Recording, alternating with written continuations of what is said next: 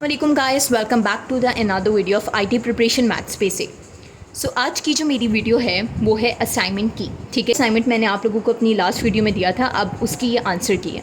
तो so let's solve the answer की of this assignment. ठीक है, so first question is find the order of given matrices. ठीक है, हमें मैट्रिसेस का जो है वो ऑर्डर फाइंड करना है। तो हमें पता है कि इसका क्या रूल है। सिंपली आप लोगों ने R इंटू सी रूल आपने लगाना है, which is rows into column. ठीक है, look for rows and then column. तो सबसे पहले रॉस चेक करते हैं इस फर्स्ट क्वेश्चन में कितनी है। So there is only one row and column कितने, 1 2 3। So there are 3 columns and 1 row. ठीक है, तो रॉ की जगह पे आप लिख दें 1 इंटू एंड देन कॉलम कितने 3। तो फर्स्ट का जो है वो है 1 इंटू 3। सेकेंड आप देखें, सेकेंड में अगेन हम R इंटू सी रूल लगाते हैं, विच is rows into column. So raw है हमारे पास 1 और कॉलम है हमारे पास 2। ठीक है, सो 1 इंटू 2। फिर आता है हमारे पास थर्ड वाला। थर्ड में अगेन हम चेक करते हैं और रूल लगाते हैं R इंटू सी। रॉस हम लोग सबसे पहले रॉस देखेंगे कितनी है। सो रॉस है हमारे पास 1 2 और कॉलम कितनी है, कॉलम है हमारे पास 1 और 2।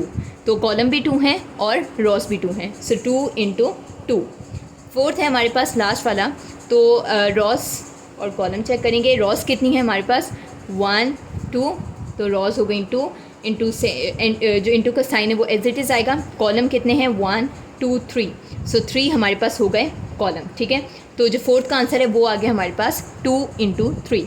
इसी तरीके से अब हमारे पास ये तो हमारे पास सारे सॉल्व हो गए और आई होप सो कि आप सभी के ये 4 जो हमारे पास पार्ट से इस फर्स्ट क्वेश्चन के वो बिल्कुल जो इसके जो आंसर्स हैं वो आपके पास बिल्कुल ठीक आए होंगे।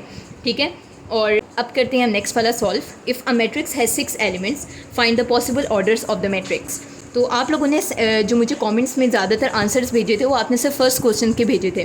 ठीक है, 4 वाले तक। आपने सेकंड का जो है वो नहीं भेजे, आई थिंक एक जो था वो उसने भेजे थे। तो ठीक है, अगर आपको ये नहीं समझ आया तो ये हमारे पास थोड़ा सा डिफरेंट क्वेश्चन था, तो मैं आप लोगों को करवाती हूँ। और इंशाल्लाह अगर इसी तरीके का आपके पास कोई भी सवाल आया तो आप लोगों को पता होगा कि इसे किस तरीके से सॉल्व करना है। ठीक है, क्योंकि ये तो हमारे पास अब आसान हो गया कि R इंटू सी रूल आपने कैसे अप्लाई करना है। सिंपली जब आपके पास ऐसे मैट्रिसेस गिवन हो, आपने सबसे पहले रॉज लिखनी है, फिर आपने कॉलम लिखना है। लेकिन ये सवाल अब हमारे पास थोड़ा मुख्तलिफ है। ठीक है, कैसे है कि क्या है सवाल हमारे पास, इफ़ अ मैट्रिक्स है 6 एलिमेंट्स। ठीक है, कहने कि हमारे पास कोई भी मैट्रिक्स है जिसके 6 एलिमेंट्स हैं, find the possible orders of the matrix. ठीक है, क्या है, हमने क्या फाइंड करना है, हमने फाइंड करने हैं पॉसिबल ऑर्डर्स। ठीक है, अच्छा सबसे पहले तो मैं सवाल जो है वो इसमें हम क्या करते हैं कि हमें पता है m इंटू एन। ठीक है, ये मैंने आप लोगों को अपनी लास्ट वीडियो में जब मैं आप लोगों को ऑर्डर्स के बारे में समझा रही थी, ऑर्डर ऑफ मैट्रिसेस में, तो मैंने आप लोगों को बताया था कि m इंटू एन क्या है। ठीक है, m जो है that stand for rows and n stand for column. Again it is R into C, यही है।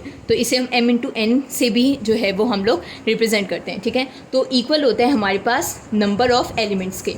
अब हम इसको, ठीक है, ये इक्वल किसके, नंबर ऑफ़ एलिमेंट्स के। अब ये हमारे पास नंबर ऑफ़ एलिमेंट्स के इक्वल क्यों है, तो एक्चुअली में ये m इंटू एन का हमारे पास क्या है, प्रोडक्ट है। So this number of elements is actually a product. ठीक है, ये इसका प्रोडक्ट है। प्रोडक्ट क्या होता है कि किसी भी चीज़ को जब हम 2 बार यानी कि किसी भी 2 डिजिट्स को व्हेन वी मल्टीप्लाई तो उसका वो प्रोडक्ट निकल के आता है। ठीक है, तो प्रोडक्ट हम एक्चुअली में कहते हैं मल्टीप्लाई को है। तो जब हमारे पास रॉस और कॉलम इस तरीके से m इज़ रॉस, इंटू का sign same, n is for column, जब इन दोनों को मल्टीप्लाई करेंगे तो हमारे पास नंबर ऑफ़ एलिमेंट्स आएंगे। ठीक है, और वो नंबर ऑफ़ एलिमेंट्स क्या हैं, वो इन दोनों का प्रोडक्ट है। तो अब हमारे पास क्या आ गया कि इन्होंने क्या बोला कि इफ़ अ मैट्रिक्स है 6 एलिमेंट, तो इन्होंने बता दिया कि अगर मैट्रिक्स के पास 6 एलिमेंट्स होंगे तो आपने लिखना है हम इसे R इंटू सी लिख देते हैं। R into C equals to, क्योंकि अब आपको पता है कि आप m इंटू एन लिख दो या R इंटू सी, क्योंकि ये तो काम आपका रफ में ही होगा। ठीक है, तो R इंटू सी इक्वल हमारे पास हो गया नंबर ऑफ़ एलिमेंट्स कितने हमारे पास 6 हैं। ठीक है, तो 6 हमारे पास नंबर ऑफ़ एलिमेंट्स हैं।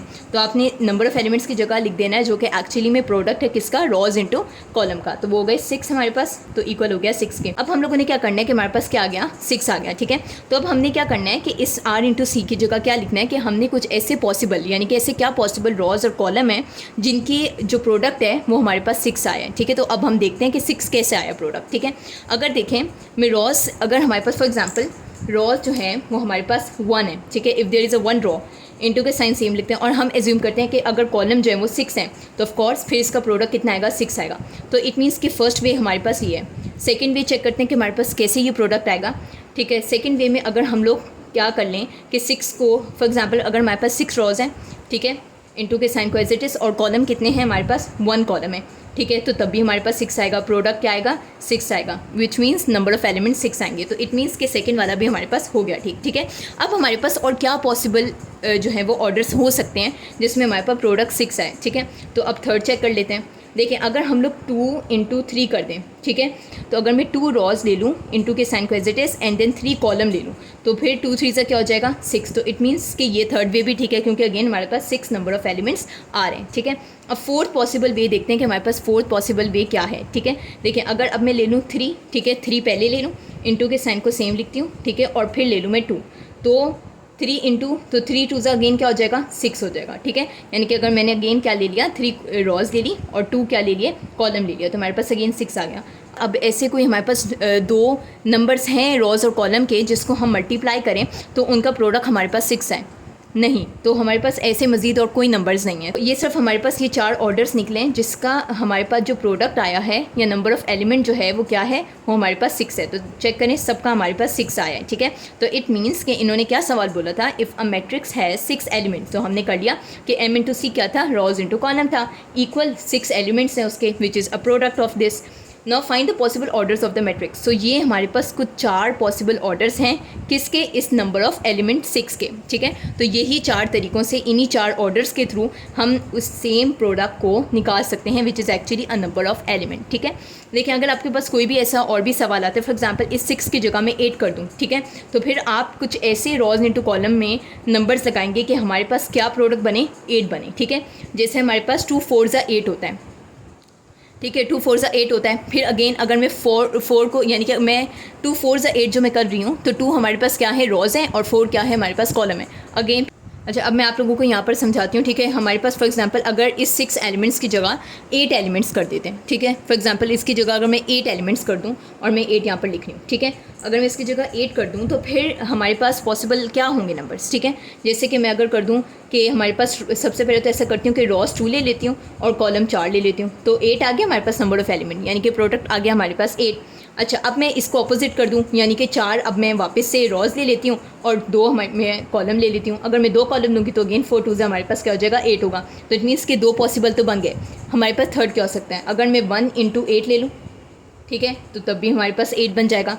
अगर मैं 8 × 1 ले लूँ तो तभी हमारे पास 8 बन जाएगा। ठीक है, तो इट मीन्स कि यही 4 हमारे पास पॉसिबल ऑर्डर्स हैं जिसमें हमारे पास 8 बने। अब ऐसा भी नहीं है कि हमेशा आपके पास 4 ही ऑर्डर्स होंगे या आपके पास हमेशा 4 ही पॉसिबल ऑर्डर्स निकलेंगे। इसके लिए नंबर पे डिपेंड करता है कि आपका नंबर जो है वो कितनी बार हम, यानी कि ऐसे कितनी रॉज और कॉलम को हम मल्टीप्लाई करेंगे या ऐसे क्या नंबर्स लेंगे हम रॉज और कॉलम से कि हमारे पास वो प्रोडक्ट आ जाए। ठीक है, तो वो नंबर पे भी डिपेंड करता है या उस नंबर ऑफ़ एलिमेंट पे डिपेंड करता है। ठीक है, तो आई होप सो कि आपको ये अच्छे से समझ आ चुका है। ठीक है, कि हमने किस तरीके से पॉसिबल ऑर्डर्स बनाने थे। ठीक है, अब इसका आंसर आप लोग, यानी कि आपने इसे किस तरीके से सॉल्व करना था, ये 4 आपने ऑर्डर्स बनाने थे। ठीक है, और मे बी इसके MCQ के ऑप्शन में ऐसा लिखा हो कि कितने पॉसिबल ऑर्डर्स हैं। फॉर एग्जांपल उन पॉसिबल ऑर्डर्स में आपके पास हों कुछ 4 1 2 और 3, मे बी आपके पास कुछ ऐसे पॉसिबल ऑर्डर्स हों, तो आपने उसे टिक करना है। तो आप बनाकर देखें कि क्या क्या पॉसिबल ऑर्डर्स बन रहे हैं। अगर तो अब फॉर एग्जांपल इसमें कितने बने, 4 बने, तो आपने 4 को टिक कर देना है। ठीक है, तो पहले आप इस तरह से रफ़ काम में, मतलब आप रफ़ में करके देखें कि कितने आपके पास पॉसिबल ऑर्डर्स बन रहे हैं। ठीक है, तो आपके पास ऑर्डर ऑफ मैट्रिसेस में कुछ इस तरह के भी सवाल आ सकते हैं, और आई होप सो कि आपको ये वाला सवाल समझ आ चुका है।